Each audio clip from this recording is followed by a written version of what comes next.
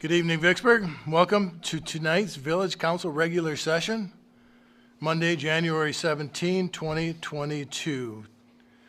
We'll call the meeting to order. We will say the Pledge of Allegiance. I pledge allegiance to the flag of the United States of America and to the republic for which it stands, one nation, under God, indivisible, with liberty and justice for all. As you all might be able to see from the number of trustees in front of us, we're down 3 tonight due to some illnesses, so bear with us all. We'll just take a moment of silence to remember those.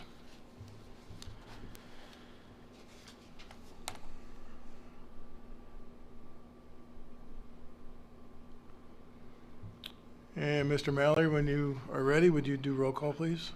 Sure. Roll call for January 17th, 2022, 7 p.m. regularly scheduled Village Council meeting. Trustee Olson. Here. Trustee Wagner. Here. President Pro Temp Keller. Here. President Frisbee. Here. We'll take a minute to let Mr. Mallory explain some of the high-tech audio video that we're doing tonight. Yeah, we're trying to, in today's era, of those that might be viewing on Zoom, I am in the room with Village Council.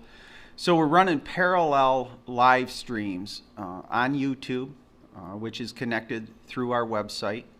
But we also are listing out, which we did on within the agenda and then put the link up today on our website for a Zoom webinar. The reason that we are adding the component of the webinar is to provide the opportunity of citizens to connect to the webinar if they desire to take time during the citizen comments portion of the agenda. So we'll continue to operate this, and this will allow citizens, those that feel safe and comfortable enough to come to the meeting in person.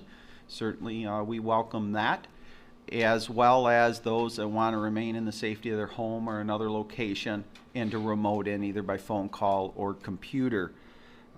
We do ask for some patience. It's a limited staff, and we're operating under the technology we have. But in our test runs, we feel that it will give an additional opportunity for citizens' input in communication with council members. Those that might not wish to make comments during citizen comments, we encourage to watch live on YouTube, or all of our governmental meetings are archived there to go ahead and view. So you might hear me pause or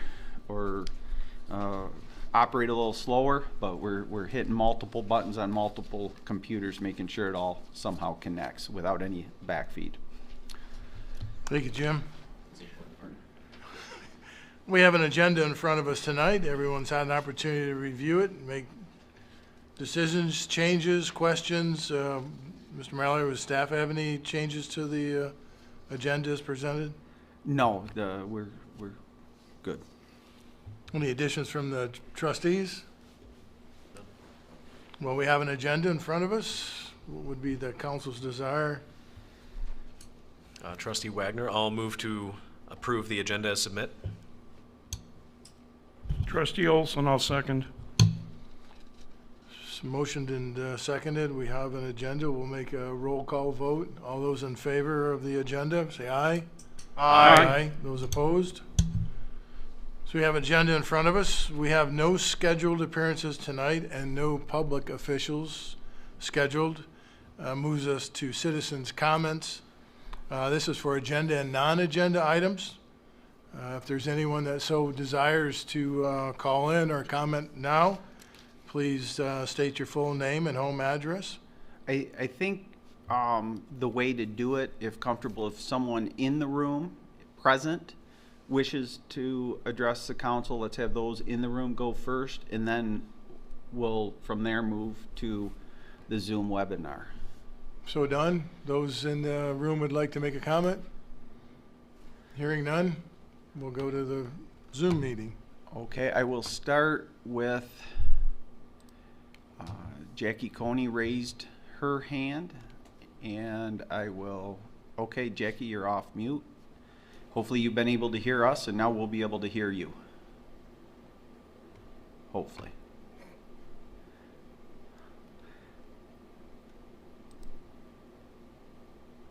Jackie, are you talking? Well, it'll be the same thing off. Just 1 second. Probably have to get this up, so just 1 second.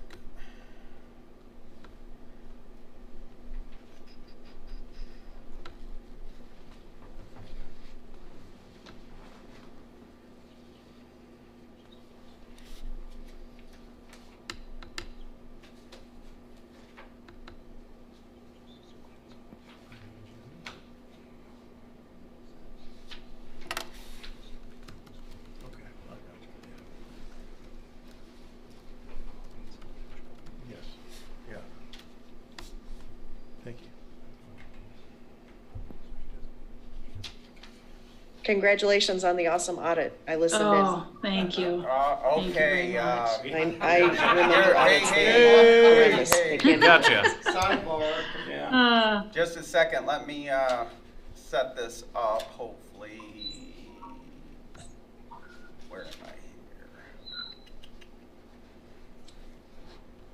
here? Because I'm setting up the other laptop to.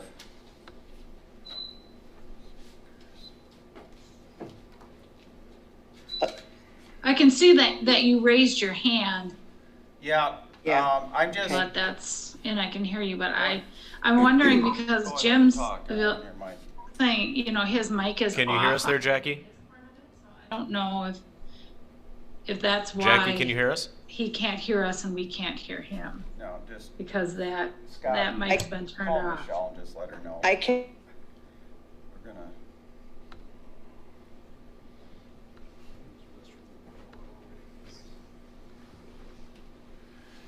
As we fully disclosed in the beginning, this is new. Waiting for someone from NASA to show up. This I forgot to have this computer. That or SpaceX. Yeah. So there's a couple things that I have to do first. So I need to promote that computer to a panelist. So bear with me. Maybe if on my microphone, should I say same as system or microphone array? That's what it. I'll try Hold on. Hold on. same. Hello, can you hear me now? Can you hear us? I'll call just a second. Michelle, can you still hear me? I can. And they can hear everything we're saying. We just can't hear them. So just hold on and Jim will get us all set. Hi, Jim. Hey, just a second, Jackie. I'm trying to Okay. see if I can get this. I forgot to fire up this second laptop, so it's my fault. So you can hear everything I'm saying, huh? Everyone was saying. And they can hear everything we're saying. Yeah, and tell Michelle we can hear her too. We're getting closer. We're getting closer. So.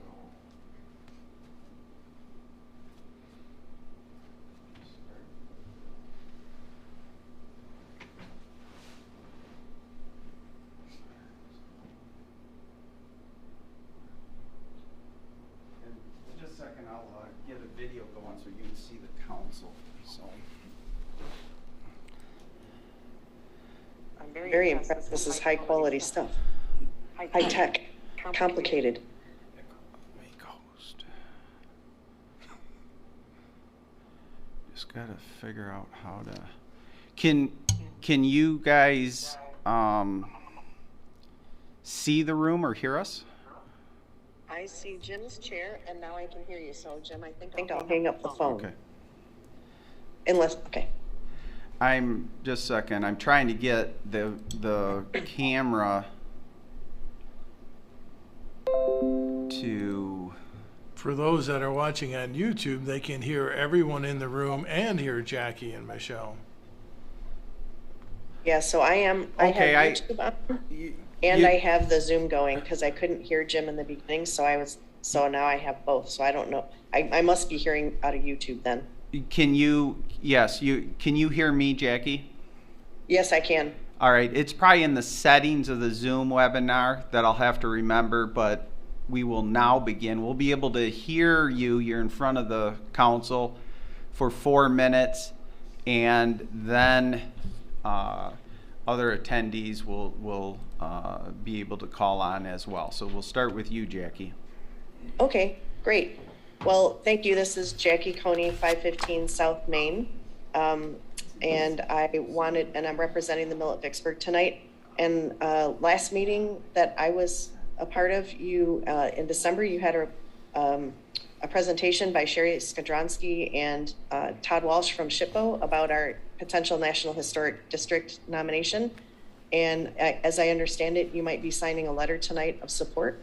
And that meeting is happening on January 28th. And I want to thank you for that letter of support. I think it's fantastic for the village. I'm super excited to go attend and watch us get approved for that nomination that will then go to the National Park Service. And I think it's especially awesome that this is the 150th anniversary of the village. So I think this is a really neat tool that we have and a source of pride, and it comes in a perfect year. So I just want to thank you again for your support and for your attention to all of this. And that was it. Thank you. Thank you. Thank you, Jackie. Thank you, Jackie. All right, so now we'll move. And I believe one more, Rudy will bring you into the queue to talk same thing, hopefully. Rudy, if you can on mute. And Can you hear me, Jim? yes, we can. Awesome. Well, I didn't have anything to say other than that was a wonderful grand opening at Chelsea Credit Union and the cutting of the ribbon and all of that stuff. So that's what I'll mention. Thank you, Rudy. Yeah, I appreciate that, Rudy, and I apologize to the panelists. We did, like I said, this is a trial and error, and when we set up a webinar, we'll just have to make sure we click the button that accesses video for participants versus panelists. So that's what it is. But I am proud that we're utilizing the technology we have for future meetings, and we'll start to get the word out that this option is available to all citizens. I appreciate that, Jim. As we know, we have had at least one citizen asked us. They were so excited about us on the Zoom meetings last year. She specifically reached out to you and I and asked if we could do this in the future. So, it's a little trial error, learning how to do it, but it's a good thing. Keep everybody engaged. So, was there anyone else on? That is it. It's just staff on now. And I want to thank Jackie Coney too for picking up the torch on this historic nomination. So thank you for all the hard work your team has done.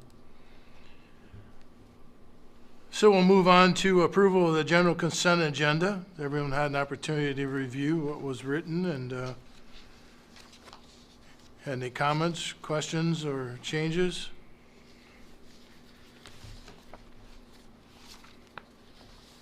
Hearing none, I'll entertain a motion of acceptance. Trustee Wagner, I'll move to approve the general consent agenda as submit. Trustee Olson, I second. Motioned and seconded, and we will do a roll call. Roll Please, call. Mr. Mayor. Yes, roll call. President Pro Temp Keller, Yes. Trustee Wagner, Yes. Trustee Olson, Yes. President Frisbee. Yes. So that becomes Yeah. part of our official document records. Yes. So we have action items in front of us. The first being Frederick Construction Services as a construction manager for the Village of Vicksburg. Approve the village manager to enter into a contract with Frederick's Construction to be the construction manager for the Village of Vicksburg construction projects. Yes, appreciate that, Mr. Frisbee. Appreciate Mr. Mike Frederick being in attendance tonight and available. What we've discussed this a few meetings ago, And it is the opportunity that is available to municipalities, such as all municipalities, in fact, to have a production manager relationship, and it much in the similar to how we have Siegfried Crandall assist with monthly bank recs and financial prep on audit. We look at expertise for a small municipality in areas of construction, and what really highlighted it for myself, one is I've shared with everyone, it is not my forte, not even close, the construction. But projects such as the DPW building probably should have been obvious to me. But even the smaller projects that we'll have going on in the village, in the contact I've had with not only Mr. Frederick, but his team, Greg Deeds and Ryan Collins, they just bring a level of expertise that becomes comforting. They are a vested interest in the village. But more importantly, I think it's important they have relationships with other municipalities. I contacted the city of Sturgis and was provided the ability to share with you tonight. Their city manager absolutely raves about Fredericks, and couldn't believe we weren't doing it previous.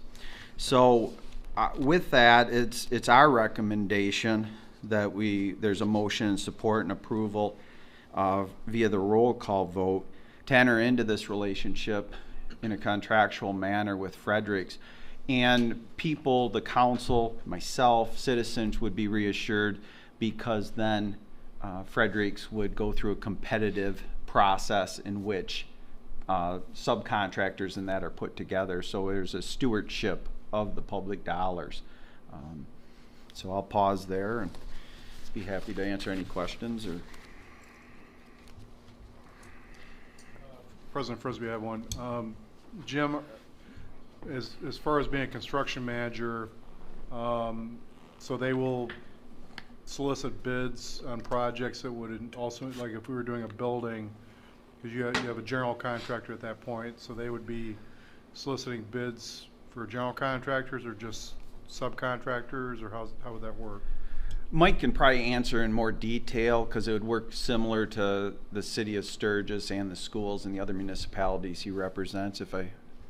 Mike, if I can ask you, because Alex Lee will give us a serious nod if we, thank you. I'm going to get you on camera, Mike. Great. So, good evening, and thank you for the invite. What is unique to this relationship? Can you hear me? Good. Yes? On? We're going to check if the mic's on. Yeah. She's on. Okay. Good. A little closer. So the uniqueness of this relationship is under a construction manager as advisor. What we would do, and what we have done with the city of Sturgis, is work directly with village manager, the council, and the public to identify particular scope of work and what we call owner's requirements. From there, on larger projects, we might work with design firms directly to make sure that all those items are considered and put in a document to where we don't have gaps, if you will, in scope of work. From that point, typically on larger projects, we would do a couple different budgets, present it to the manager, present it to the board, so you folks understand where we are from initial conception to we're ready for bid documents. So you have total control over the process from start to finish. We're your advisor. We take, once it's approved by the village, we would take that, put it out for bid on your behalf. We have various resources statewide, so depending on any uniqueness or specialty items that may be necessary for your particular project, we're able to at least get you 2 or 3 or 4 bids competitively. It's all public opened at a given time. Typically it's in the owner's facility, like the boardroom. Bids are delivered sealed, we open them. You guys have comments, opportunity to comment, and then we do post-bid interviews. to make sure that the scope is correct and the contractor has the ability to do the work. And then from there, we manage the project. We don't turn around and typically hire a general contractor.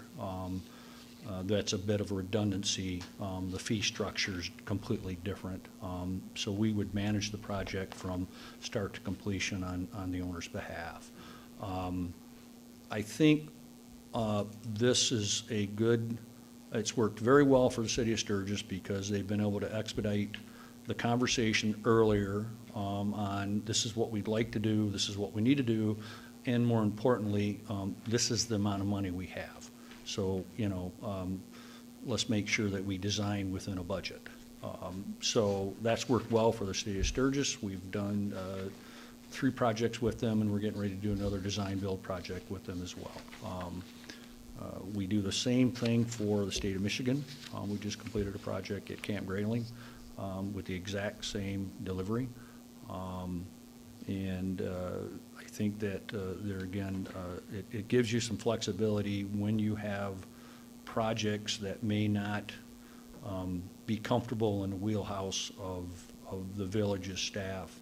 That you have a second set of eyes that protects the village and the taxpayers to make sure that you got what you paid for. You're not paying additional money on change proposal for scope they should have clearly had in their proposal, and then the quality is there. So does that make sense to you folks? Questions regarding that? So the structure's a little different. There again, I'll finish with this, is we get a fee. We do not get a fee based on the subcontractor's bid. We get a fee based on the total cost of work. So our focus is quality subcontractor that meets the requirements and that is has the appropriate price to do the work. Typically it's low bid, but not always. So with that said, I appreciate the time tonight. Thank you Denny very much. or Ryan, do you have questions you'd like to direct while he's up there? Yeah. Just a few quick comments that I think it's great with Fredericks being such a, I mean, it's local right here in Vicksburg. You're committed to the village and the municipality and the citizenry. I mean, I don't think that could really demonstrate a better bond of fidelity to the projects that we'd be bidding out to scope than being, you know, involved on several levels to the outcome of it. Kind of ensuring that completion and the fiduciary responsibility there, so. No, I'm fine. Thank you very much. Thank you, Mike. Thank you, Mike. Jim and I have had these conversations, and Mike Fredericks and I have met and discussed it. I highly encourage Jim as an administrator, as we can tell from the past audits, he's second to none, but from a construction manager, it's not in his wheelhouse, and it shouldn't be, right? These are things that the professionals in that trade should be dealing with. Mike and his team has proven themselves time and again to be a stellar run organization, and so I'm really glad this opportunity. I'm glad that Mike's looking at this role with a very positive outlook, and I think it can only benefit all of us going forward. That we won't see the problems last minute, and I won't go into detail some of the problems we've seen, but I think this pair of eyes and the professionalism will give us all a little bit more comfort level in the decisions we make. So, And Mr. President, just so I can, I wanted to tee that question up so it would give Mr. Fredericks a chance to kind of give a detailed overlay on what the construction manager's role is. Just in my previous life, I had dealings with Fredericks Construction, and I always had a very professional experience with them when I was doing projects. So very, very happy that we have somebody like that in our village. yeah, thank you. So the staff recommendation in front of us, the motion support, approval, and via roll call vote to approve the village manager to enter into a contract to have Fredericks Construction act in the capacity of construction manager for the village of Vicksburg. So moved. Trustee Wagner, I'll support. Moved and supported. We'll do a roll call, please. Sure, hearing no other comments or questions, a motion made by President Pro Tem Keller and supported by Trustee Wagner. Trustee Olson, Yes. Trustee Wagner, Yes. President Pro Tem Keller, Yes. President Frisbee. Yes. Motion approves. Motion approved. Thank you very much. Second item for council action items is the stormwater runoff system from the DPW barn that is being constructed. I approached Mike for his advice as I was uncomfortable with that aspect of the project. Through that, asked him and his team to competitively bid out some sub work, which they did. The action item in front of the council tonight is to approve the village manager to enter a contract with Frederick's Construction to manage the installation of the engineered stormwater runoff system related to the DPW building. We had Prime Newhoff engineer the system that's needed. The amount of dollars is to not exceed $50,249.89. What this, and the council has a packet in front of them, as well as the diagram where the building's located and the system itself to be able to retain water. This is phase one of a two-phase storm type system. We'll be back in front of the council in 8 to 10 weeks maximum to look at the entire lot to get it appropriately situated well into the future. Prime Newhoff, I did ask them to commit the additional engineering to looking at what would be described as parking lot runoff and that to contain it. So this is the first phase specific to the building, and we're asking for council approval to enter into this agreement. Fredericks will manage that aspect of this project, and the original general contractor will finish the barn. In this document from Fredericks that was presented today is the estimate of the pricing yet? Are you asking for approval for this tonight? Yes, an approval. The contract will be an amount not to exceed what's listed on page 1, $50,249.89. We do have cash on hand. It's the intention that we're going to do amendments through January 31st at the, I think it's February 7th, the first council meeting. So we will include these amendments along with some other amendments that we've had since July to get up to speed. But there is cash in hand for this, and it's needed as part of this project.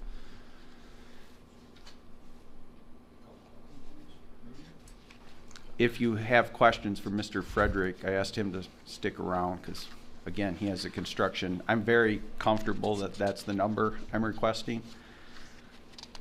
Jim, just one question. So regarding our previous agenda item, would this be an example of an item that we could have caught using a construction manager when we first put this process out to bid for the DPW building? Just as an example of cost savings and benefit? It is, but there isn't a, I want to be clear because there's no double spending. Right. It's more having the confidence in Frederick's management to ensure this aspect is done compared to the other plans that we saw. Right, and meaning to say that in the original scope of work for the DPW building, we could have caught this a little bit earlier in the planning stage. Correct. Yep. Yep. Thank you. So I have some questions for Mike, just looking at, just to understand the project. I see we have the downspouts are coming off the four corners.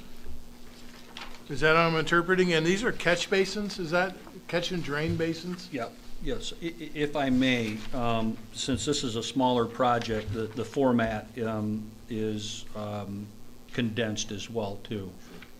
We worked with Jim and the village's engineer, Pry Newhoff, this is actually a revised design.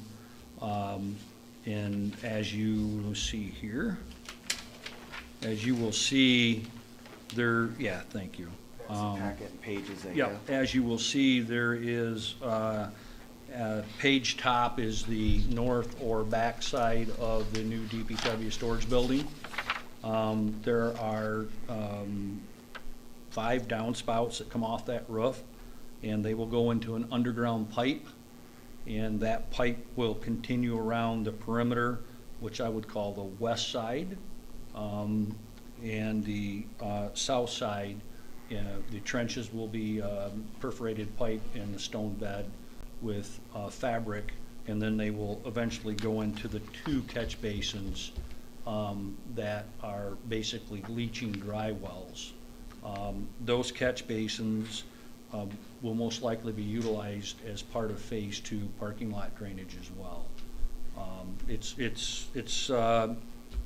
It works well. I don't have any concerns.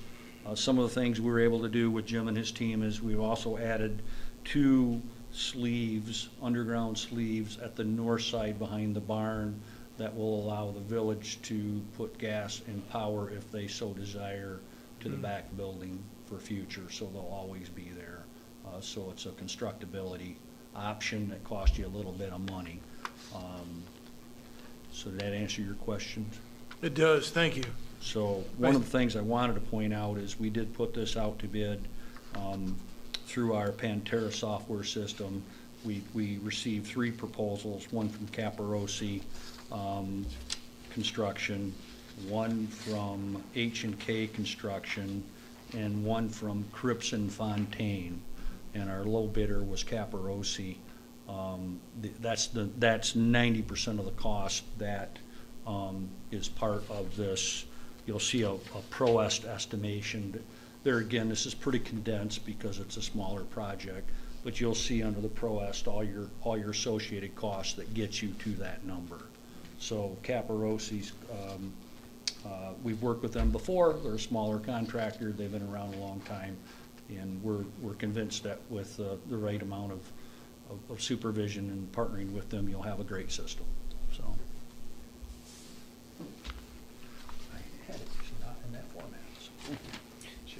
Questions? Just like to comment that even though I'm not a construction expert, I do enjoy the, even though condensed level of detail in the project scope, that really helps to put the dollars to the project, when we're taking a look at this. So I appreciate that. Yeah, so there again, that's kind of similar to what you might see as we move forward with conceptual to construction documents, so. Yeah, it's definitely just not a bunch of eaves dropping down onto the ground. I mean, it is well thought out, and it's good, like it is now.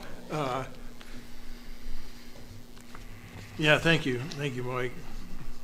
As you say, it's a small project, but it's full of details for us. I appreciate that. Yeah, it's this one's kind of reared its head. Any other questions or comments? I guess I'll make one more. I'm doing a lot of commenting tonight. I'm really satisfied with getting these types of things included in our scopes of projects, considering the capital improvements and the purchases that we're expecting to be making here in the very near future. Just in the next fiscal year, we're looking at the DPW building, and making these pointed long-term improvements that are going to save us down the road, I think are incredibly beneficial to ultimately saving the taxpayer more money and making our government a little bit more effective by having the best facilities that we can operate out of. So I appreciate this proposal, and I'm glad that we're looking to make these needed improvements. Thank you, Mr. Wagner. No further questions. We have a request in front of us by the staff. To motion support roll call to approve the village manager to enter into contract with Frederick Construction to be the general contractor and manage the installation of the engineered stormwater system related to the DPW pole barn building. What would be the council's desire? President Frisbee, I'll make that motion with the dollar amount not to exceed $50,249.89. Trustee Olson, I second. Motion by trustee Wagner, seconded by trustee Olson. Can we do a roll call, please? The roll call vote, President Pro Tem Keller, Yes. Trustee Olson, Yes. Trustee Wagner, Yes. President Frisbee. Yes. The third item for council action is to enter into a contract with Fredericks Construction to provide a comprehensive report on options and recommendations towards a new/updated Village Hall facility.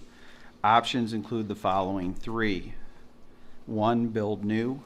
2, renovate and enlarge the existing facility. 3, purchase an existing building and renovate to meet village's needs. This also would include the first step of Fredericks overseeing surveys from staff and council reference the needs of a village hall. And again, Mike's here, but an estimated time frame in the 8 to 10, 12-week period. Mike and his team would come back and report their findings on these options and report back to the council so we know what options are there, both pros and cons within each option, as well as receiving a recommendation from Mike as an outside person looking in. Well, some may not, excuse me, go ahead. I apologize but I think important too, and Mike could go in because he would have a team and different subcontractors assisting in this as well. Well, as Aaron Stevens pointed out earlier in our budget audit report, that we have been planning this for a while. So it shouldn't come to anyone's surprise that we're venturing off into this area to look at a much needed village hall. And this is that first step to look to see what our options are, what makes the best fiscal sense for the community, and put that in front of the staff and then ultimately in front of us. So this is just that first step to enter into a contract with Fredericks to do all that legwork for us, to give us the options. And that's ultimately the request in front of us tonight. Anyone questions with the staff or? President Frisbee, if I can, this is more of a statement. This has been kind of a, I don't want to say a pet project, but it's been on my radar since I've been on the council. When I joined the council, we were meeting at the Brady Township Hall, which was okay, but it wasn't in the village, it was in the township. Thankfully, we have a facility here that allows us to meet. That is, the owner's been gracious to allow us to be here, but it isn't a village. It isn't a village-owned property. It's a privately held property, which that's great that they're doing that, but we don't have an adequate facility.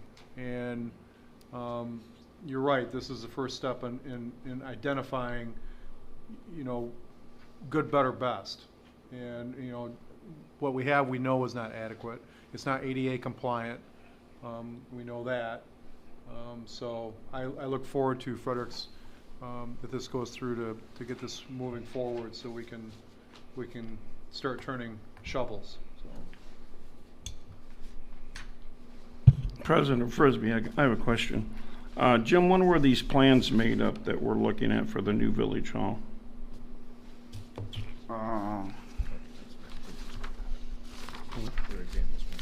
Oh, okay. Oh.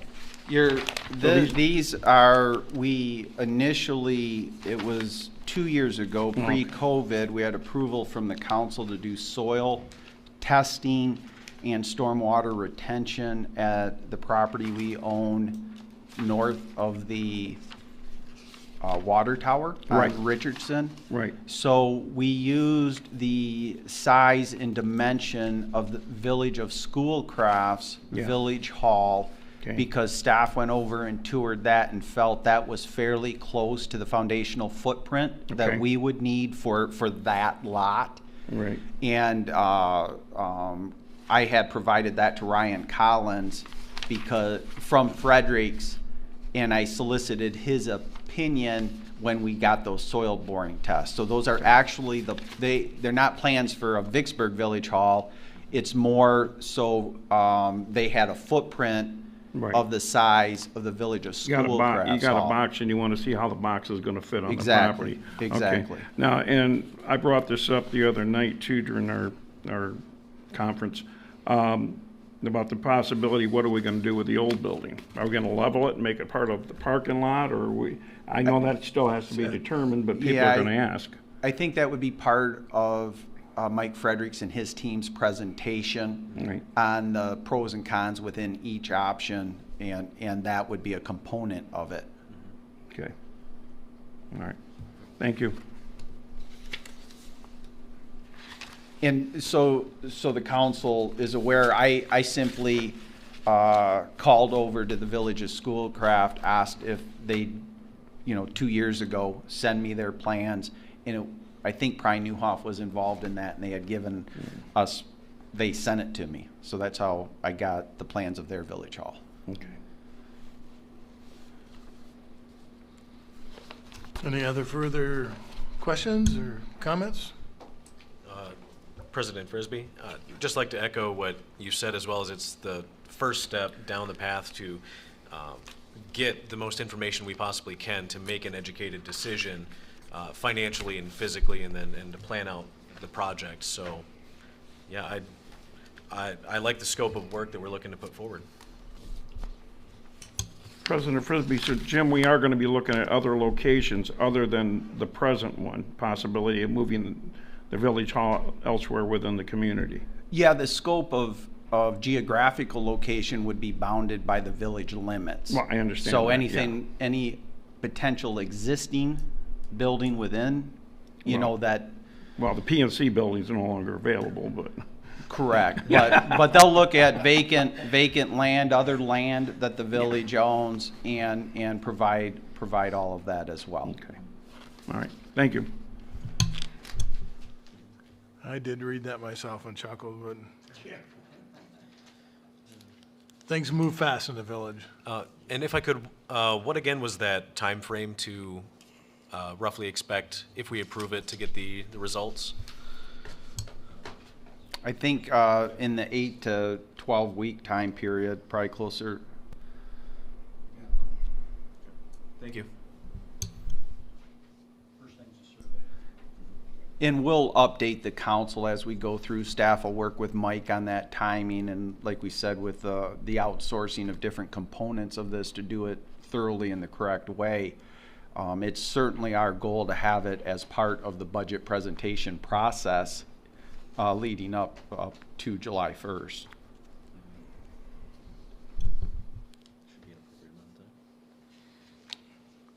Any further questions or comments?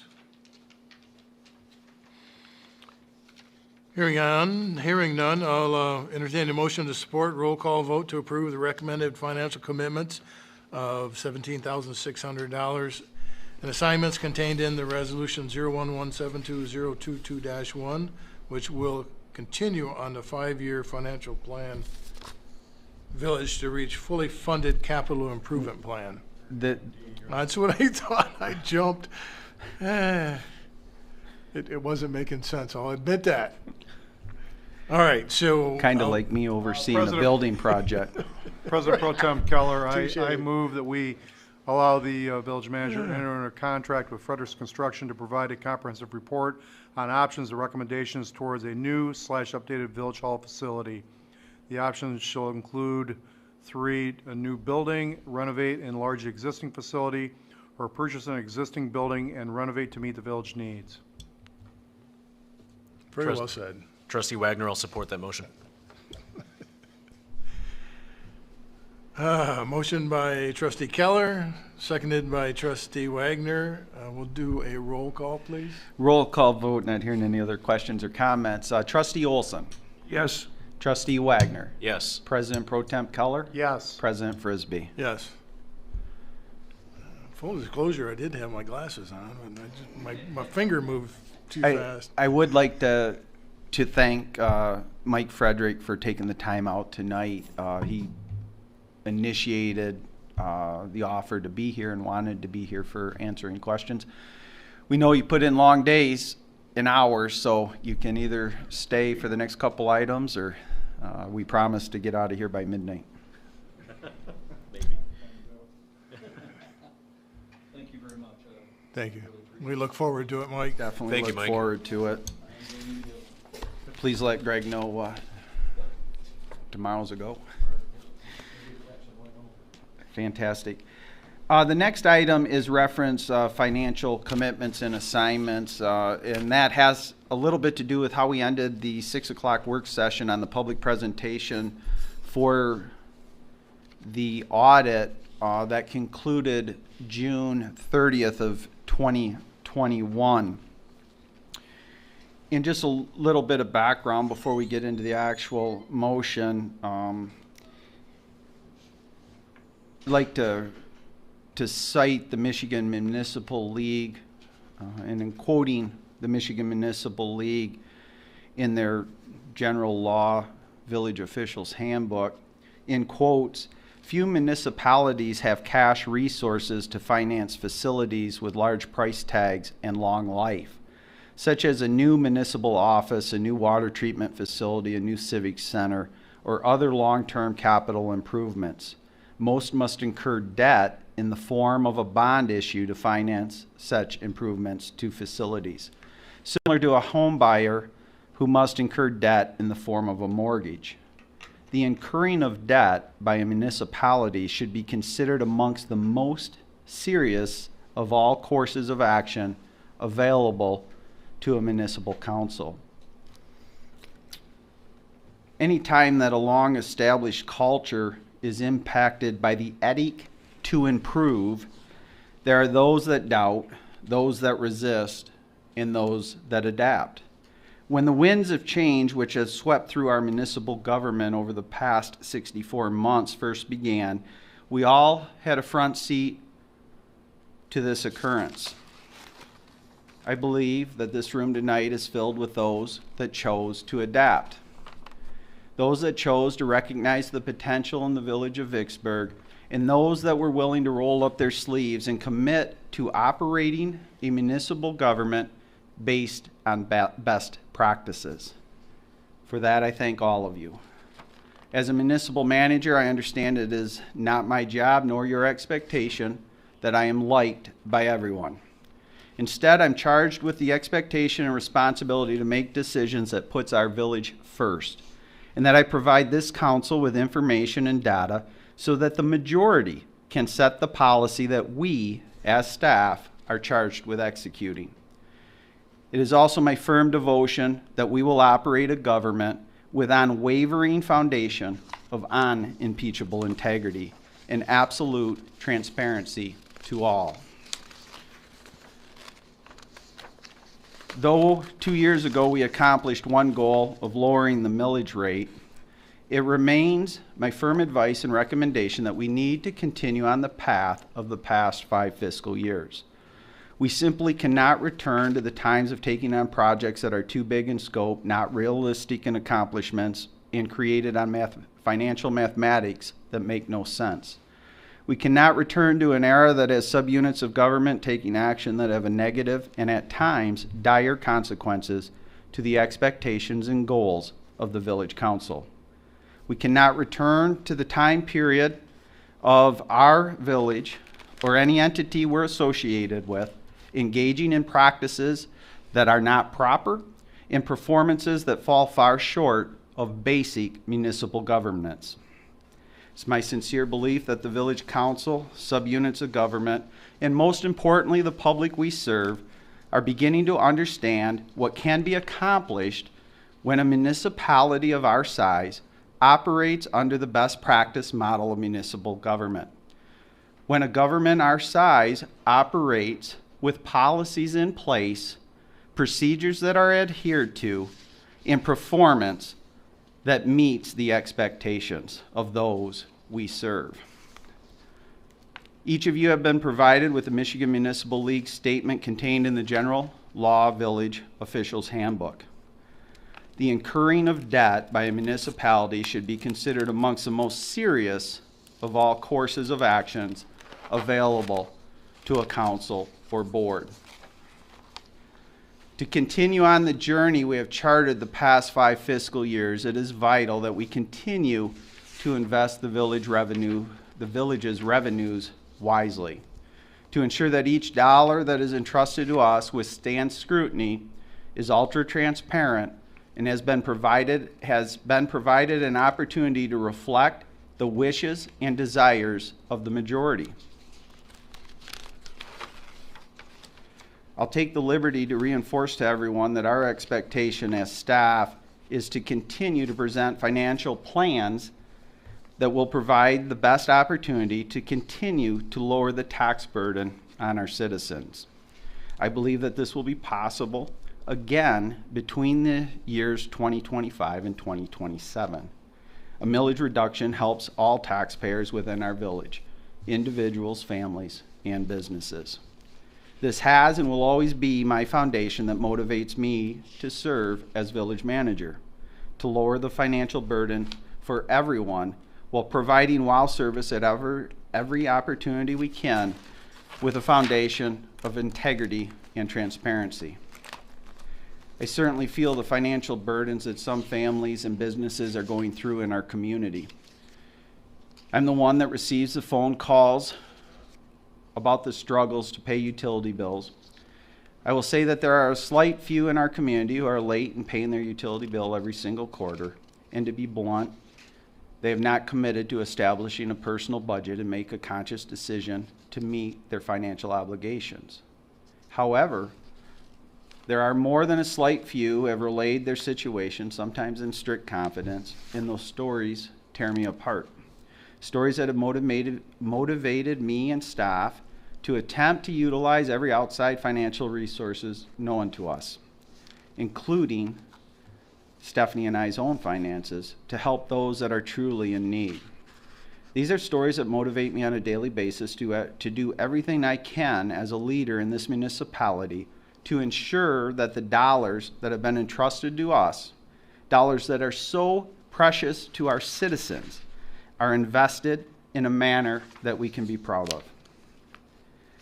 Unfortunately, the fact that we are operating an aging sewer system, which some parts date back to the early 1940s, we know that there will be critical needs in the not too distant future.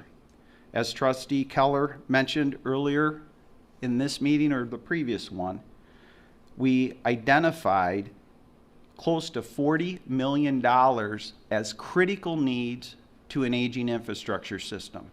Our most recent investment or infrastructure project addressed about 1/3 of those needs. It is imperative that we have our municipality in the best financial shape possible to address the anticipated and predictable upgrades that will be needed to serve our citizens and visitors within this municipality well into the future. And we're talking 50 to 70 years into the future. It is that reason that any municipality, or any government for that matter, that fails to look at the futuristic needs outside of 5 and 10 years is not serving the citizens to the best of their ability. I spent some time developing a capital improvement plan over the past few years, and will continue to refine it as we formally present the proposed 2022-2023 fiscal year budget this June. It is important to know and review how important policies were to get us to the point we are. In 2017, we put in front of the village council an updated purchasing policy that was based on best practices. It ensured to our public that there was a policy that would govern staff to meet when executing the movement of public dollars. Additional important policies we had in place was a capital policy which identified the amount of dollars a capital item cost, as well as the authority of who could spend what amount of dollars per project. We have additional, just within the last 18 months, this council approved a fund balance and investment policy. All key to operating a municipality of any size in the year 2022. I've provided the village council with a spreadsheet detailing capital asset improvements and an annual schedule of purchase and/or replacement. Last year was the first time that something like this was done for the village. Based on numerous recommendations of governmental oversight, we know that a minimum, I repeat, a minimum unrestricted, unassigned general balance should be 17%. It's due to the foundation of the policies put in place by the oversight board of this government that we have seen a unrestricted, unreserved fund balance in the village of Vicksburg that in 2013 was a low of 5%. Due to those policies and following the policies, we heard tonight from outside auditors 30 years in the business, thousands of municipal audits under their belt, that we've ended with an unrestricted, unassigned general fund balance of 74%. If we add the committed general fund balance, it exceeds 113%. It's been accomplished with a team effort. And I always begin the team effort with recognizing my wife, Stephanie. I'm going to take this opportunity to thank her publicly for her support in understanding that during stretches of days with long hours, endless phone calls, and inquiries, and countless interruptions of time that should be spent with family, she is steadfastly there. The largest and most important thank you that I'll provide in gratitude I extend tonight is my wife of 28 years. I thank her and love her for much more, but tonight for the support that she provides me in my capacity as village manager. Michelle Morgan has been the needed rock of stability within our office. We heard tonight about a single source audit of other municipalities having multiple comments made. It is solely Michelle Morgan's credit to receive that this village did not face a similar situation. Committed to doing what is right while knowing there is never a right time to do what is wrong, her leadership of the office staff has been impactful and much appreciated. I'll never be able to properly articulate how much Denise Harold does for this village. Placed in the precarious position of utility clerk, she's performed with nothing but calm professionalism and a willingness to solve problems. We continue to constantly review and improve our utility invoicing, and the credit for this in large part goes to Denise Harold. Denise also supplies the quarterly newsletters, ensures that they're sent to the citizens, and the communication that she oversees receives positive response. Randy Skippers is a true leader in every sense of the word. The efforts of the DPW crew are unmatched for any municipality our size. It's amazing what they do on a weekly basis and the passion they display for the citizens they serve. Thank you, Randy, and it's my desire you extend the appreciation to your entire team. Our police chief, Scott Sanderson, continues to implement a plan of community interaction and service, places a distinct value on our financial investment in the department and our team of officers. It was a short time ago there was division and discontent within the department prior to Scott's arrival. His leadership has led those officers out of that era, and it isn't a day that goes by in my professional life that a citizen or contact I have does not relay how much they appreciate the officers and what they do for our community. They'll continue the neighborhood and business canvassing each shift, being in front of the school, of all the schools that drop off and pickup times, and we look forward to summer youth programs returning in 2022. There won't be a day that goes in my life that I won't say a daily prayer for men and women in the public safety arena of our community and across this nation. I'm proud of the fact I have served in it for now over 31 years. Steve Breyer and Ann Knopf from Siegfried Crandall have added a layer of experience that's unmatched. Their advice and work product, as it relates to financial matters, has been invaluable, and the results reflect their contribution. Mr. Alex Lee. I continue to talk. Tonight is a very real time that identifies Alex's value to this team. I simply ask, what other governmental unit our size has performed in the last 24 months as it relates to the communication with community? From streaming meetings, live and recorded, to an entire shutdown, moving to a not in-person Zoom platform, to returning to open meetings and continuing to stream, to now adding an additional layer as we move forward that provides the opportunity for citizens to remain in the safety of their home or where they choose, but yet still contribute to the local government they live in. That credit goes to Mr. Lee. I also very much appreciate his calm demeanor, his commitment to integrity and doing what's right. Most importantly, I've known for 25 years, his service to citizens and others is unmatched.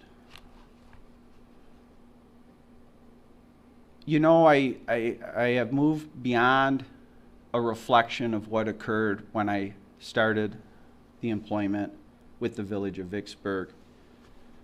I think the actions by the team that has been assembled is unmatched.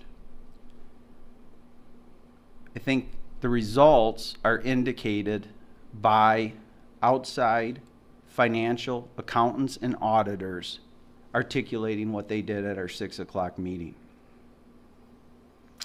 Last, but maybe most important for me as your direct subordinate, is my gratitude to the members of the past village councils and the current village council for your support and understanding during this era of change. I'm quite aware of what the winds of change bring to a long-established culture. I'm comforted that we are all on our way to becoming the model municipality of our size within this nation.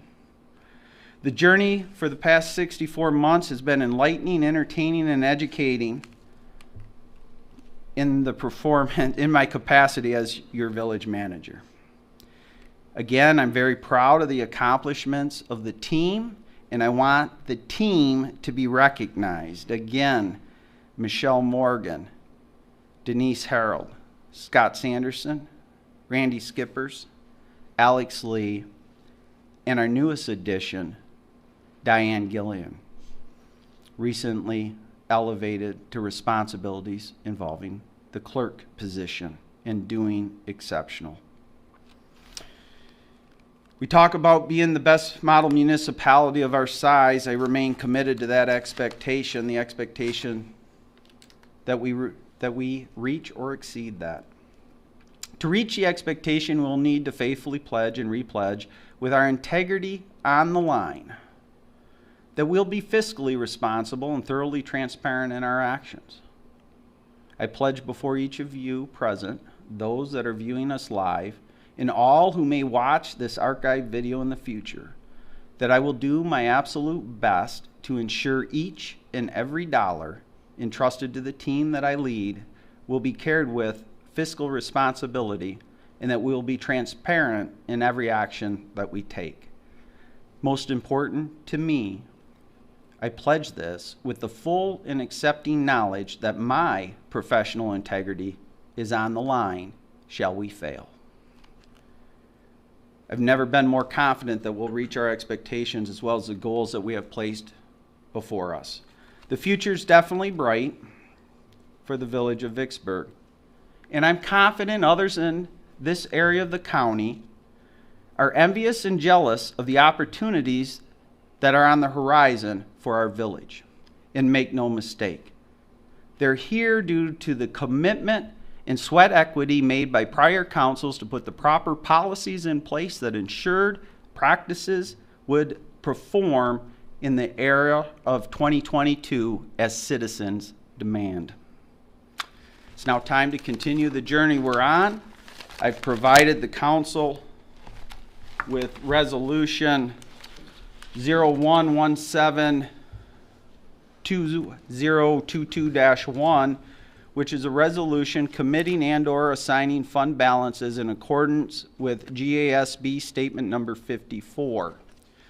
Whereas in accordance with Governmental Accounting Standards Board statement number 54, fund balance reporting and governmental fund type definitions, and whereas fund balance classifications depict the nature of the net resources that are reported in a governmental fund, an individual governmental fund may include non-spendable resources and amounts that are restricted, committed, or assigned, or any combination of those classifications. The general fund may also include an unassigned amount. And whereas fund balances are to be reported in governmental funds under the following categories using definitions provided by GASB statement number 54. Non-spendable fund balance, the definition includes amounts that cannot be spent because they are either A, not in spendable form, or B, legally or contractually required to be maintained intact. Example are long-term accounts receivable and prepaid expenses. Classification, non-spendable amounts will be determined before all other classifications and consist of the following items. The village will report a fund balance equal to the balance of any long-term outstanding balances due from others, including other funds of the village. The village will report a fund balance equal to the value of inventory balances and prepaid items to the extent that such balances are not offset with liabilities and actual result in fund balance. The village will report a fund balance equal to the corpus, which is the principal of any permanent funds that are legally or contractually required to be maintained intact. The village will report a fund balance equal to the balance of any land or any non-financial assets held for sale. The restricted fund balance are either committed fund balances, assigned fund balances, and the definitions are contained within the resolution. The unassigned fund balance includes the residual classification for the village's general fund and includes all spendable amounts not contained in other classifications. And the resolution specifically concludes with, whereas the village of Vicksburg deems it's appropriate to commit the following amounts to the committed fund balance categories. The 101 fund is a tax stabilization fund of $150,000. The tax stabilization fund will account for funds set aside for the sole purpose of establishing a fund in which the monies are a contingency, and the tax stabilization reserve fund may only be used when an unrestricted deficit condition that would formulate a deficit elimination plan under the Glen Steele State Revenue Sharing Act of 1971, Public Act 140 of 1971, Section 21-2. The other committed amount is in a municipal building carryover for building outlay. We have been saving this for now its 5th year, minimum 4th, maybe 5th. The current village hall is not ADA compliant and needs to be replaced or updated to a modern facility. The building was built in the 1950s as a doctor's office, is inadequate for the needs of a municipal building in 2022. Our plan is to have an amount needed over the next 2 fiscal years at most that will enable the village to begin in a process that updates Village Hall facilities. Earlier tonight, it was approved that Frederick's Construction will lead an effort to report back to the council on viable options it has in front of us. It should be noted that by committing this money, no final decision reference those facilities are made. The commitment is simply to have that cash on hand for whatever best option the village council votes on by majority. The entire process will be held within the public meetings and the opens meeting with input from citizens. It continues, whereas the Village of Vicksburg deems it appropriate to assign the following amounts to the assigned fund balance categories. Basically what this is when you save money for items, you then, in a transparent manner, identify for the public to know what that money's been saved for very specifically. The assigned items are defined benefit pension reserve, DPW capital outlay vehicle, specifically a dump truck or plow truck vehicle, DPW heavy equipment, DPW crane truck, DPW bobcat, DPW pickups. I'll pause there to explain each of those capital items within our capital policy. When you have a capital policy, we'll identify the length of time that capital item should last. So if it's a dump truck, we know we can schedule it out 18 years and appropriately put in the X amount of money over the 18 years. And 18 years from now, we'll have that money to purchase each of these items. Then you keep the total that's going in each of those items as it moves forward. As an assigned amount of money, the Governmental Oversight Board, in this case the Village Council, can in real time, if a situation were to present itself and that money needed to be invested in another endeavor, would have that opportunity to do so. It continues with patrol vehicles for police, weapon systems, communication radios for the police department, technical equipment, whether that's in any of the departments. Also setting aside money for parks and recreation for future capital endeavors that will be there. The last item is, again, the large parking lot that we mentioned updating and redoing, which would be behind the hardware distant whistle. And each of those are scheduled out with a specific time in which the village will have cash on hand to make those investments.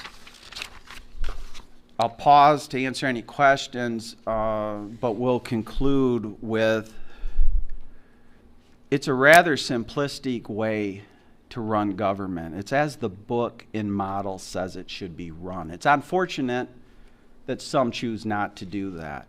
The simplistic of it is, take input, develop a plan, put that plan in front of the oversighting board, in our case the village council, with appropriate policies that are all supported, and then execute the plan and hold the people to execute the plan. And in 5 short years, the results of what this village has obtained speak for itself.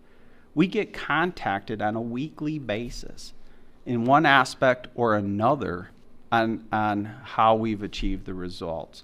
So I'll conclude there and I'd be happy to answer any questions, but it is our recommendation to continue the plan and commit and assign these dollars.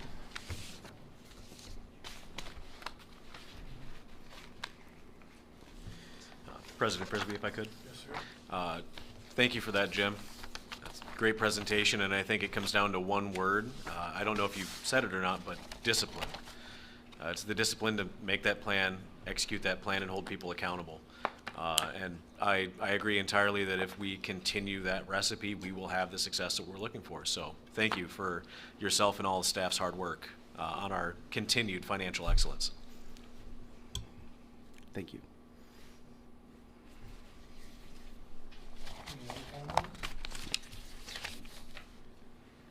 No, Jim, I have to agree.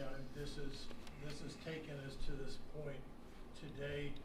You know, I've been involved with you in this for my 5th year. And every year we've been anticipating expenditures and planning ahead. So, you know, thank you very much for sticking with it and developing these plans. I know it's been a group effort. You referred back to previous council, and I'd like to take this time to thank, Bill Adams and Colin Bailey and James Earl. We're very instrumental with the rest of the team to support you and to buy into this vision. And it's taken us to a whole nother level and got us here where we're at today. And this is, this is just a continuation of the planning process that Jim and his staff has developed. So. And I know you were thinking of them, but Ron Smith as well. Ron Smith, I knew there was. I saw you paused there. Yeah, thank you. Thank you for that, Jim. But it's been quite the journey, right? I remember Bill Adams approached me about, running as a trustee, and actually previous to that, he approached me about Mr. Jim Mallory.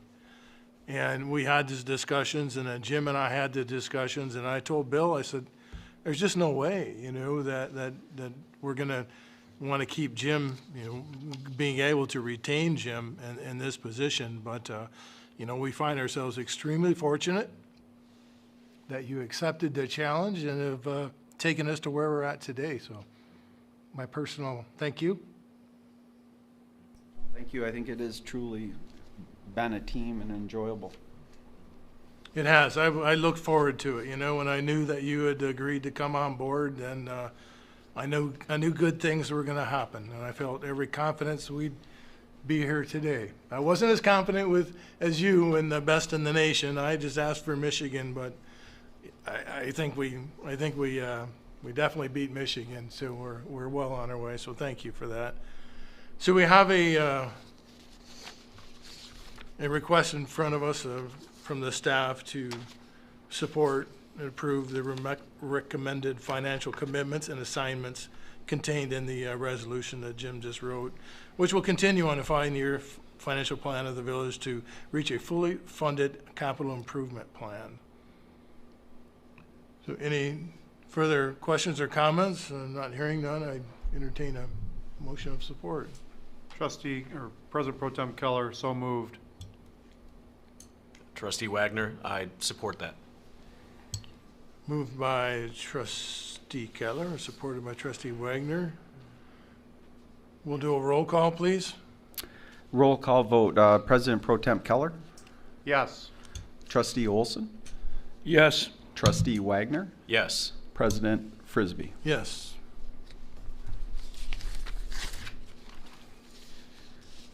And very well done. Thank you. Moving to the village manager's report, if that's okay. Yes, sir. Update on the infrastructure project. I hope most of you and our citizens have seen traffic light poles have been hung both at Prairie and Kalamazoo, and Prairie and Main Street.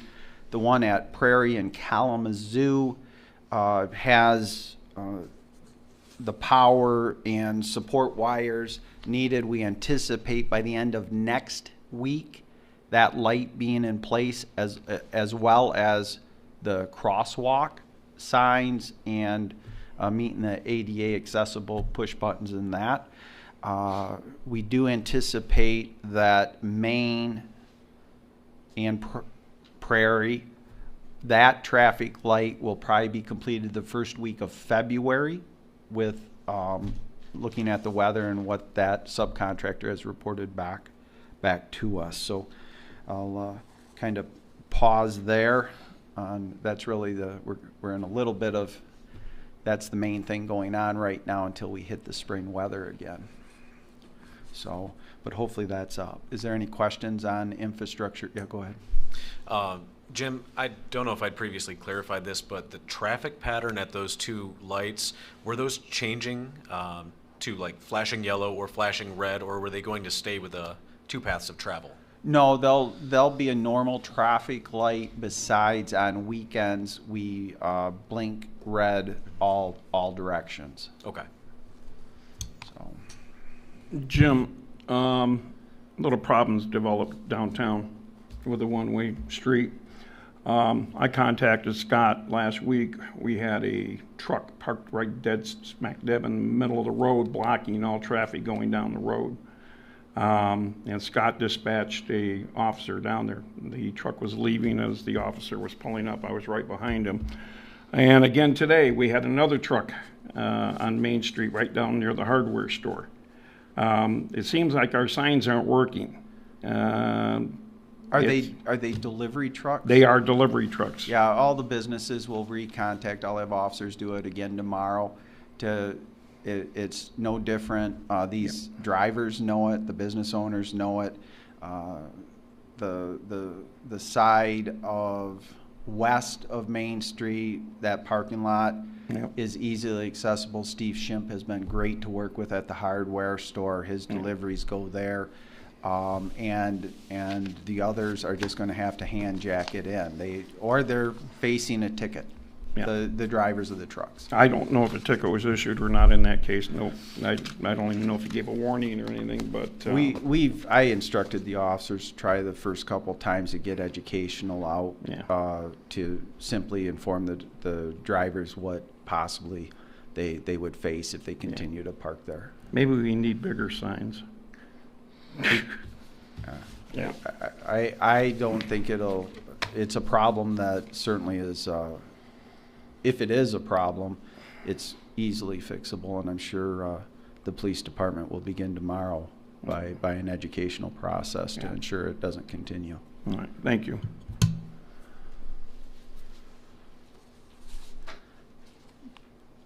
Any other questions on infrastructure? The last item is an update to the Fire Authority budget recommendation. First, I think it's important that from my standpoint, as I said earlier, 31 years now I've been a officer. I'm COL certified in this state. For almost 26 of those years, I have my Firefighter 1 and Firefighter 2 credentials, my MFR credentials. And it's a business that I have the utmost respect for and participated directly in. I haven't sat on the sidelines or in the bleacher section or anything else, but I've actually fought fires inside.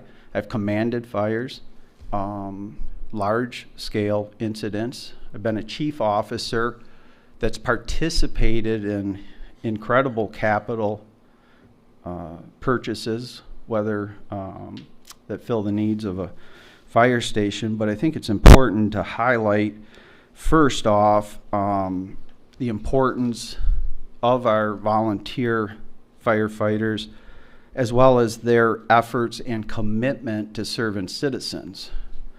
Our inquiries over the budget have nothing to do with the firefighters at all. In fact, I feel for them, as I've heard from some direct, of their frustration and difficulty in obtaining much needed equipment that would be used at many scenes. Our inquiries are specific to the budget. When the budget was first sent to me by Trustee Olson, it just leaves so many questions, the documents provided. And I believe that was early November that Trustee Olson sent that information to me. I attempted to go to the Zoom meeting. It was an open meeting, virtual open meeting, in their November meeting, and wasn't ever allowed in. It always just said, host will let you in. Continued conversations with other entities in South County. Trustee Olson sent me additional email reference, and I think reported out to the council meeting about, in the council, the Vicksburg Village Council asked me to provide a recommendation to the council reference supporting the budget or not. I knew there was questions that the Village of Schoolcraft and Township of Schoolcraft had posed to the chairperson and vice chairperson of the board, and I attended the December meeting, and truly from a person who has developed 20 years worth of governmental budgets, the meeting was incredibly surprising from the aspect of the chairperson and vice chairperson. The township supervisor at the start of the meeting informed the chairperson that they weren't in a position to approve the budget, that they were going to table it, that they had further questions. The chairperson, he asked, I should say the supervisor of the Schoolcraft Township asked if someone could come to their meeting and explain in more detail the budget, the written documents that were put together and distributed out. The chairperson inquired why the township supervisor couldn't lead that discussion within his board, and it went on. There were other highlights of that meeting that I'm still thoroughly confused over. One is the budget documents articulate nothing about an apparatus.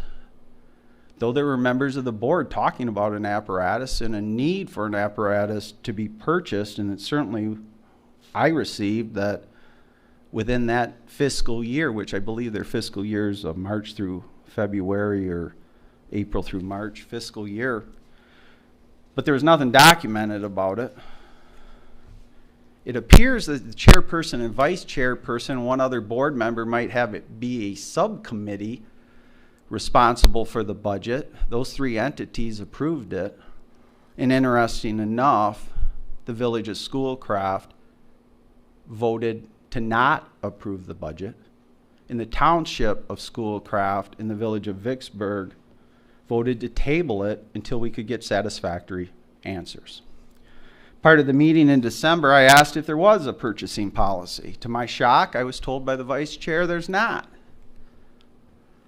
I don't know how a governmental entity responsible for public funds, and specific to the chairperson and vice chairperson, operate an entity where they haven't put together policies to ensure that it's a transparent manner. And again, this is not a reflection of one single firefighter or a fire chief. I'm going out on the limb as a paid professional. I'm absolutely correct, but it's highlighting a lack of performance of the chairperson and vice chairperson. I'm just going to leave it at that.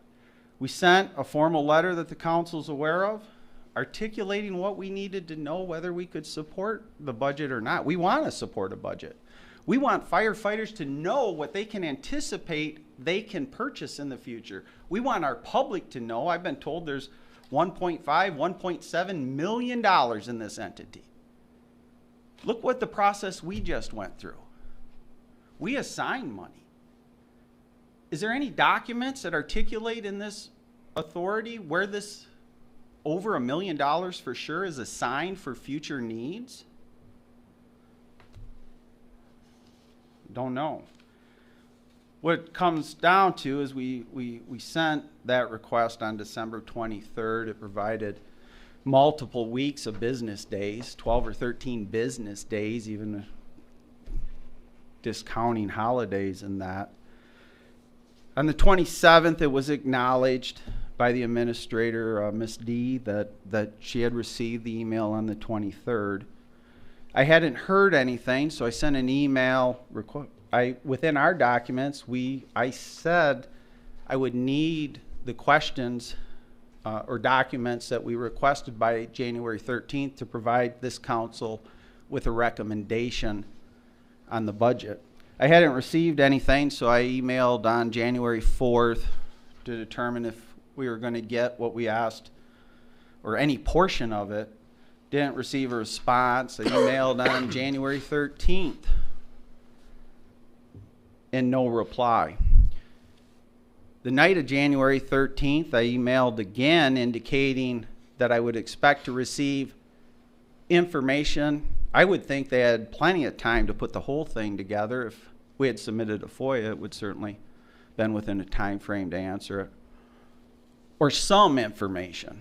And I asked for it to be provided at noon, and if it couldn't be provided on the 14th at noon, just treat it as a FOIA. Interesting enough, the chairperson responded to that email and is processing it as a FOIA. This entity is a member of the authority. Interesting enough, the FOIA says it'll come with an invoice and we'll let all that sort itself out.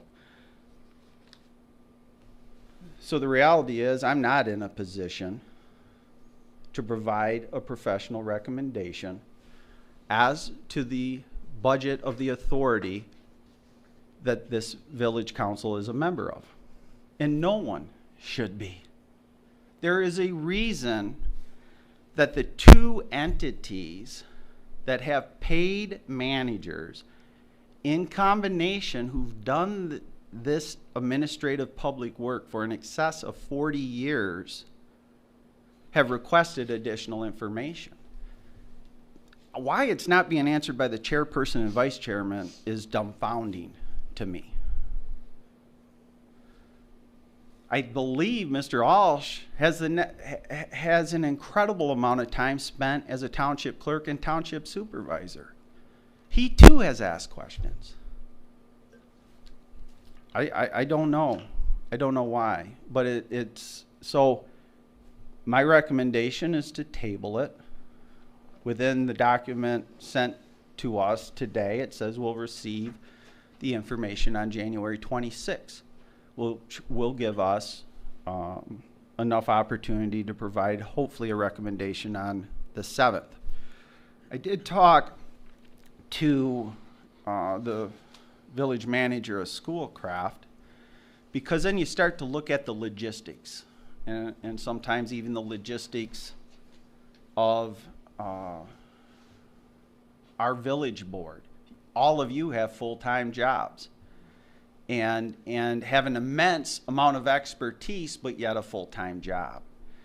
So in talking to the village manager of Schoolcraft, we're more than happy within our capacity as paid municipal managers for two of the entities out of the 6 that sit on the board to provide the South Kalamazoo County Fire Authority board with appropriate best practice policies written for them. The board can, we would present them at their February meeting. The board can review them for 30 days, and what the board does by majority, the board will do by majority. But we can put together for them a best practice policy as it relates to purchasing, a best practice policy as it relates to the purchase of capital items, a best practice policy as it relates to an investment policy, as it relates to commitments and assignments of their unrestricted money, as it relates to transparency for the public to see. And again, the process is what the process is. The board would discuss it if they choose to, and ultimately it would be voted on by that authority by majority. Certainly would outlay a budget process. So in short, my recommendation is to table it, and hopefully the additional information. I've talked to the Schoolcraft Township supervisor. They've tabled it until their February meeting. He's waiting for enough information from the chairperson and vice chairperson to be able to go to their entity. Schoolcraft, the village of Schoolcraft, has voted it down. And this all could be resolved by communication. I have no idea why the chairperson doesn't return phone calls or that, but trying our best. Be happy to answer any questions. Comments, sir. These questions that you have been the same questions that have been asked over the last few years. I've been coming to the Fire Authority for over 5 years, and in 5 years, I've only missed 2 meetings. And that was because I screwed up on the calendar and put the wrong date down. But as far as it goes, every year we get questions, and every year they still pass this budget. If we don't pass this budget soon, by March, we're not going to have a fire department. We're not going to have anybody to respond to an emergency at your home, your business, your whatever. I don't think that's going to set very well with the people of South Kalamazoo County. I'm sure the people in Vicksburg are going to be in an uproar over it. So we need, I would say probably by the end of the month, to make a decision on this. We can answer the questions and solve the problems later. Now, if you feel something necessary needs to be done immediately, great. Wednesday night, right here, 6 o'clock, we're having a meeting. I invite all of you. I invite all of Vicksburg to come. And you have the right to ask these questions for 3-4 minutes. You're going to be treated just like any other citizen at that meeting. The difference is, sir, first, what you said is inaccurate. The service will continue. The citizens are going to get served. There is going to be a fire department. Second, the chairperson and vice chairperson of the authority need to lead. I represent the council, and the council by majority asked me to provide a recommendation. And my recommendation will be squarely to not approve the budget if we don't accurately describe in writing, and by we, it's the authority, they have SCBA units, 10, at $224,000. The general public doesn't know that 10 units wouldn't probably even be 100,000. It's an appropriate question in government. Now, I have never submitted a question to South County Fire Authority because I haven't been asked to, like I was this year, in providing a recommendation. And our seat on the board as one of 6 represents the desires of the council. And I believe I've heard squarely in the majority, in fact, a unanimous, that these questions should be answered. This will get the cart before the horse. Your questions, I believe, in representing the village of Vicksburg should be on that board to the chairperson and vice chairperson, why they didn't answer your entity's questions that they've had 3 weeks to answer. I've had that discussion. Maybe you want to report back. I don't know. I don't know. While we're talking about being informed, I noticed you sent out four emails to Jason Gatlin.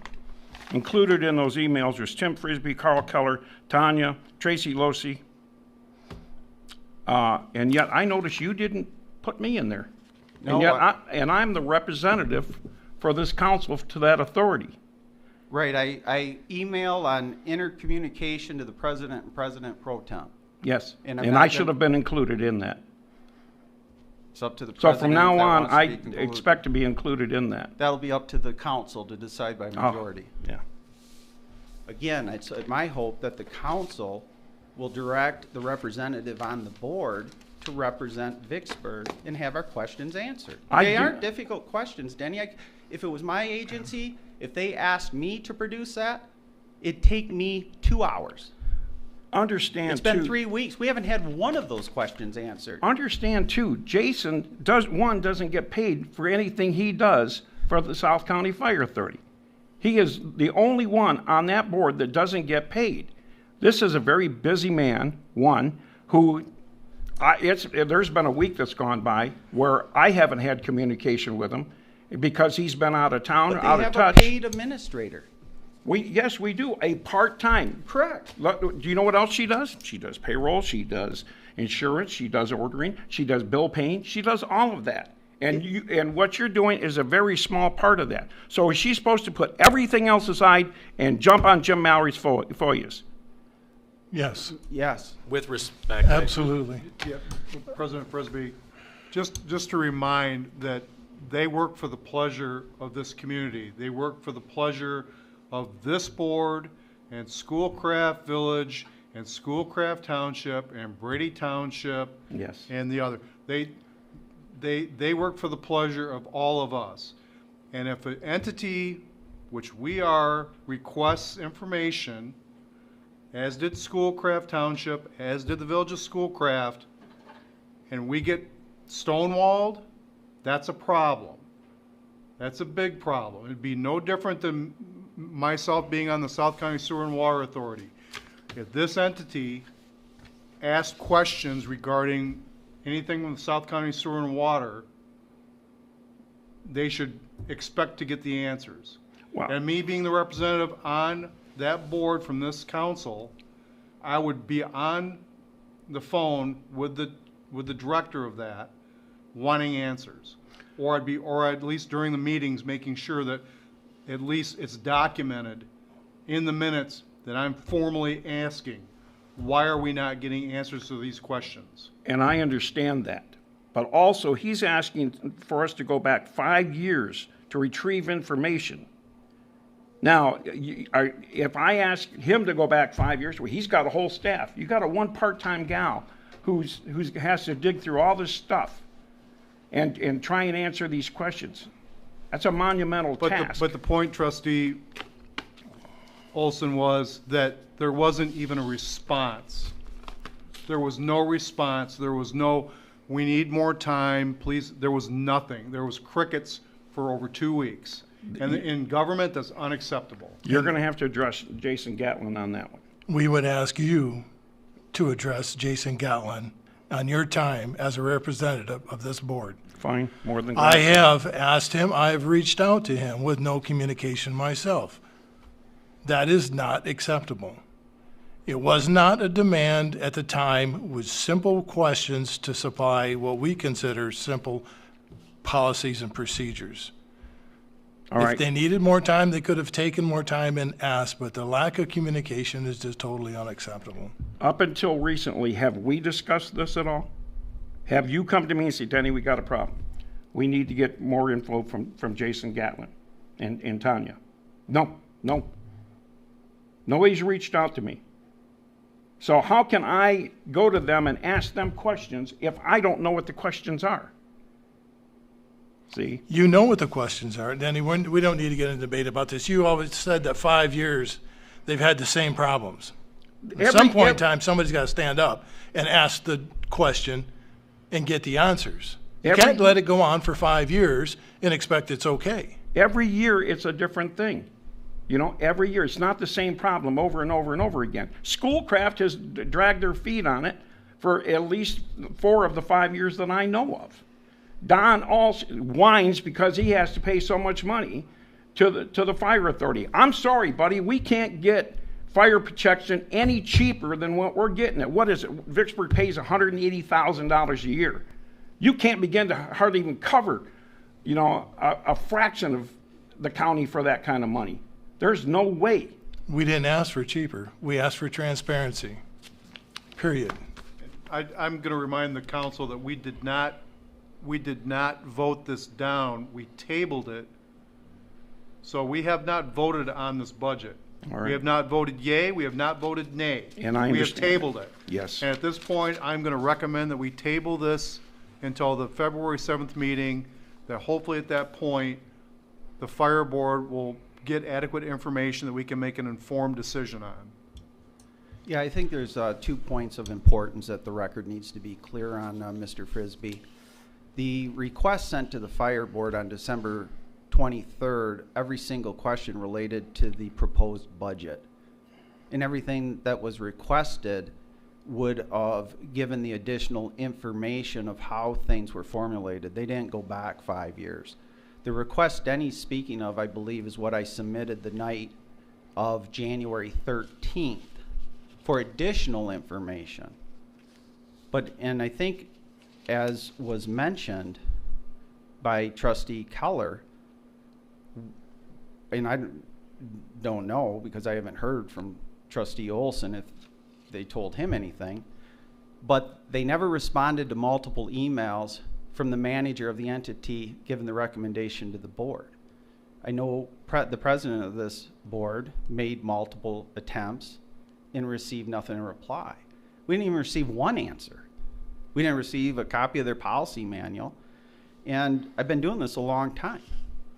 It doesn't take long to put together documentation if the documentation is actually there.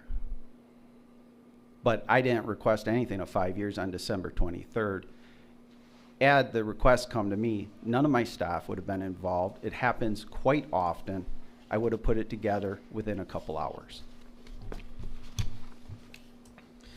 The concluding comments from me, I think it needs to be stressed as well, again, as I started, the men and women volunteering for that organization that perform in those roles as firefighters, command officers, or in a leadership role, this has nothing to do with. I applaud them. I applaud them for their service. And I assure this community and them, the fire department's not shutting down. The fire department's going to respond to calls as it always has in the professional manner. The question is the performance and lack of response from the chairperson and vice chairperson, and quite frankly, if they're too busy, they should get out of those leadership positions.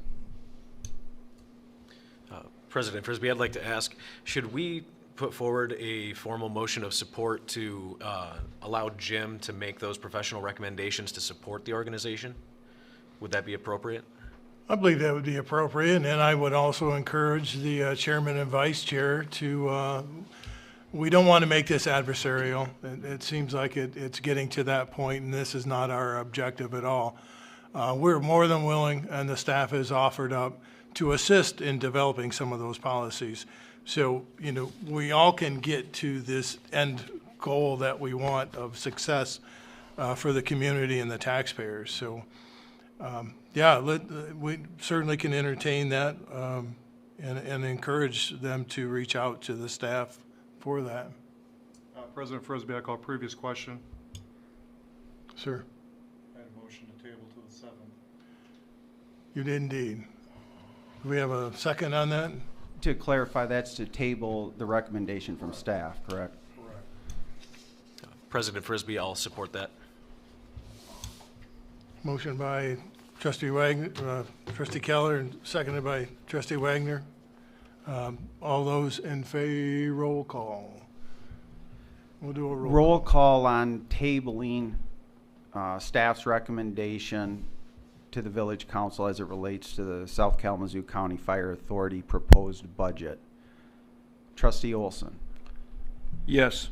Trustee Wagner. Yes. Trustee Keller. Yes. President Frisbee. Yes. And then I don't know if Trustee Wagner had a motion or... He would like to. About to make when I call previous question. Yes, please. I'd like to make a motion for support for Village Manager Mallory to support the SCKFA in developing those needed professional documents and policies. Offering up assistance as requested. We have support on that motion?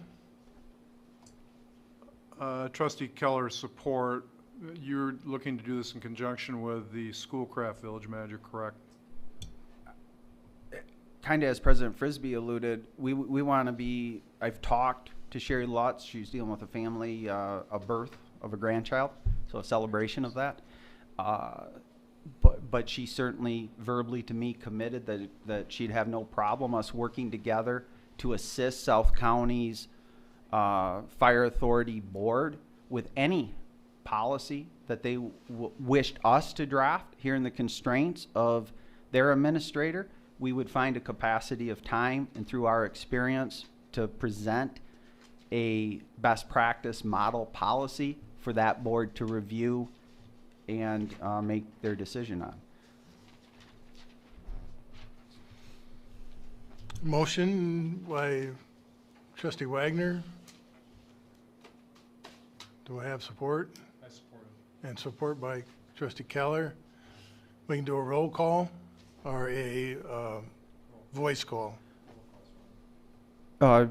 Pleasure of the president on that, but allow any comments or questions on that motion. Any comments or questions on that last motion?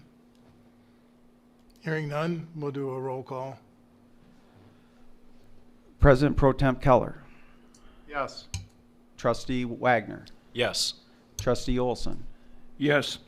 President Frisbee. Yes. Motion carries. Thank you. And we'll move on to if that was all, Mr. Mallory?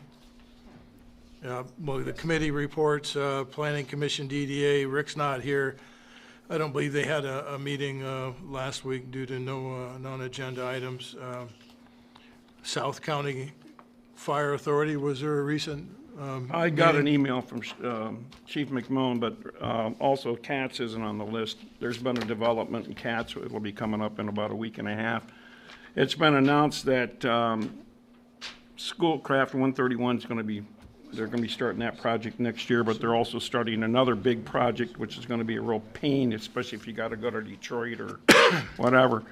Battle Creek. They're going to rip up I-94 from this side of Helmer to the 100-mile marker, which is basically where you go to the zoo and that.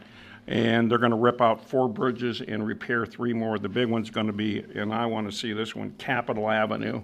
I want to know how they're going to pull that one off.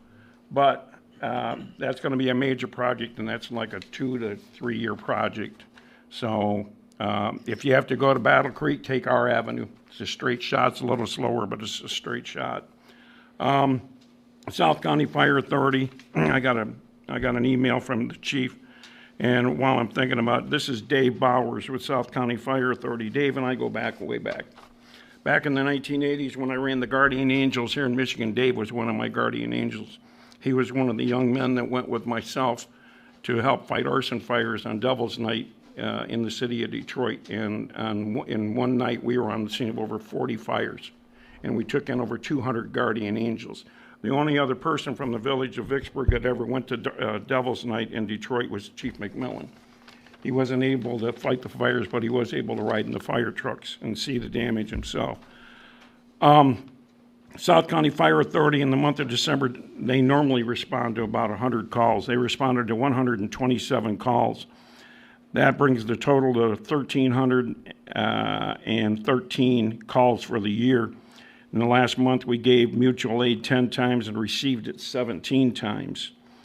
There's been a problem, obviously, with COVID-19. In the past 30 days, 5 members of the South County Fire Authority have been out of service, either being hospitalized, tested positive, and having to quarantine or having to quarantine due to exposure. 3 of those firefighters, including Chief McMillan, are now back in service. Chief was in the station on Sunday doing paperwork, and he called me again today, and it's still affecting him a little bit. I had it. You get the foggy brain, and it's real easy to lose track of time. He thought that Sunday was Monday and today was Tuesday, but other than that, Chief's top notch. We're still working with Stryker to get the new defibrillators in service. Jim brought this up. New extraction equipment, basically the jaws of life, has been ordered, but the tools have been back ordered. So once again, we're looking at a shortage. The brush skid unit has been ordered. That's on back order.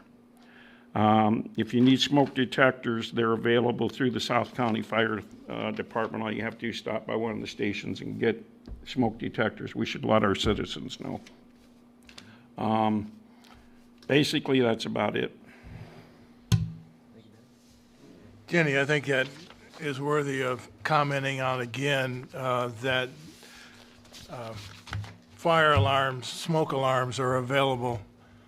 I'm assuming at no cost to residents of the Yep, that's a no county. cost. All you have to do is request.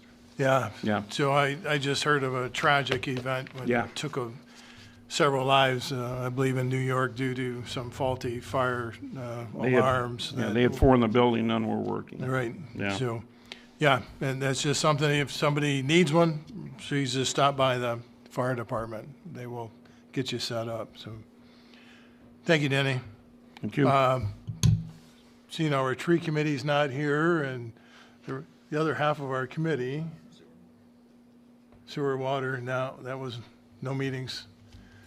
So we're pretty close to the end of the night. I'll go to trustees' time. Mr. Wagner?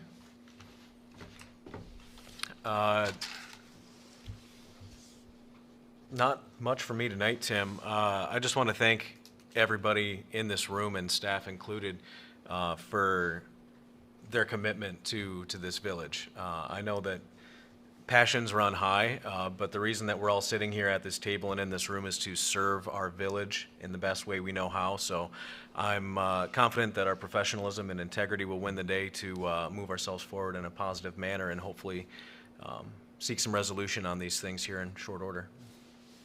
That's it for me. Thank you, sir. Trustee Olson? The only thing I have is, once again, Wednesday night, 6 o'clock, this room, the South County Fire Authority will be meeting, and we will be discussing. I would request the attendance of several of you if you're available, but if not, I understand. I agree there's problems. We need to take a look at the problems. But it's not a end of the world problem. So let's move on. Thank you. Thank you. President Pro Tem Keller. That's a mouthful. Just real quick, I'll make it short. Kudos again to the village staff and Jim and Alex and Michelle for all the hard work you guys did to have this audit come out squeaky clean. I mean, this is awesome. I've been on the council now. This is my 3rd or 4th audit, I think, and they get better and better, everyone. And I also applaud the council and the foresight by Jim to get Frederick's Construction as a construction manager. I think it's going to alleviate a lot of gotchas in the future with any construction projects we have. So thank you very much. And I'll take this time to reiterate the success story of this community and the staff. So, Jim, thank you. Michelle, very good job. Thank you very much. Denise and Diane, Randy, thanks for your hard work. Chief Sanderson, you don't get enough credit in these meetings. So we appreciate all that you have done for this community and for all of us sitting here with you. And it is a team effort. So, you know, we don't want to create roadblocks and walls between the different operating units and governing bodies. It's an open door, open phone, but it goes both ways. So just a little communication goes a long way, and I ask that we do that. So thank you very much. Entertain a motion to adjourn. So moved. Supported. All those in favor say aye. Aye. Opposed? Meeting adjourned.